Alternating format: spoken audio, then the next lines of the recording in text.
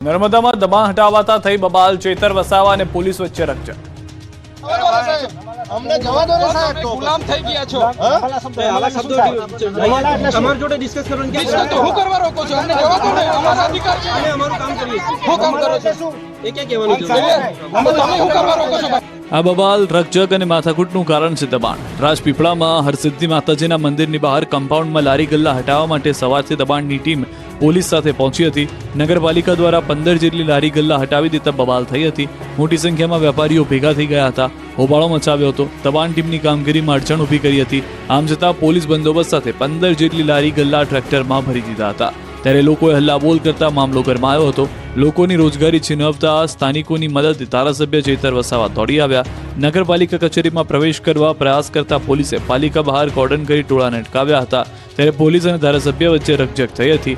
Police અને ધારાસભ્ય વચ્ચે તૂતુ મહેમે થઈ હતી। ચેતર વસાવાએ પોલીસને ન કહેવાના શબ્દો કહેતા પોલીસ પણ ચેતર પર બગડી હતી।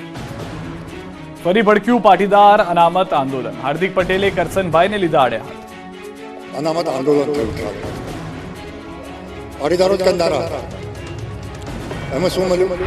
ગુજરાતના પાટીદાર અનામત આંદોલનથી સમાજને કશું મળ્યું નથી। પાટીદાર અનામત આંદોલન પર આ વિસ્ફોટક નિવેદન આપ્યું છે ઉદ્યોગપતિ કરસનભાઈ પટેલે। જી હા, અનામત આંદોલનના 10 વર્ષ બાદ પહેલીવાર ઉદ્યોગપતિ કરસન પટેલે અનામત આંદોલનકારીઓ સામે આડકતરી રીતે સવાલ ઉઠાવ્યો। તેમણે કહ્યું કે પાટીદાર અનામત આંદોલન કરનારાઓએ રાજકીય રોટલા શેક્યા છે, જેને લઈને રાજકારણ ગરમાયું છે। હાર્દિક પટેલ પર આડકતરી રીતે કરસન પટેલે ટોણો મારતા વિરમગામના ધારાસભ્ય અને આંદોલનનો યુવા ચહેરો હાર્દિક પટેલે પલટવાર કર્યો। હાર્દિક પટેલે કહ્યું કે પાટીદાર અનામત આંદોલનથી સમાજને શું મળ્યું એ કરસનભાઈને ના ખબર હોય, કેમ કે એ કરોડપતિ છે અને આ આંદોલન ગરીબ પાટીદાર પરિવારો માટે હતું।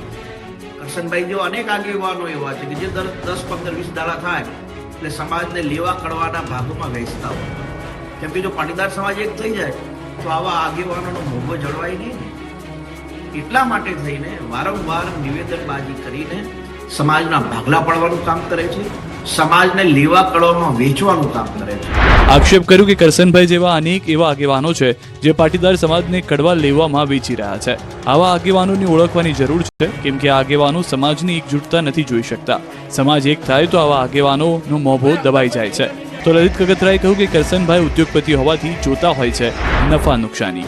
કરસનભાઈ જે વાત કરી છે ને, એ મને એટલા માટે એવું લાગે છે કે ક્યાંક દુઃખી હશે જીઓ। એક સમયના દુશ્મન હાર્દિક પટેલ અને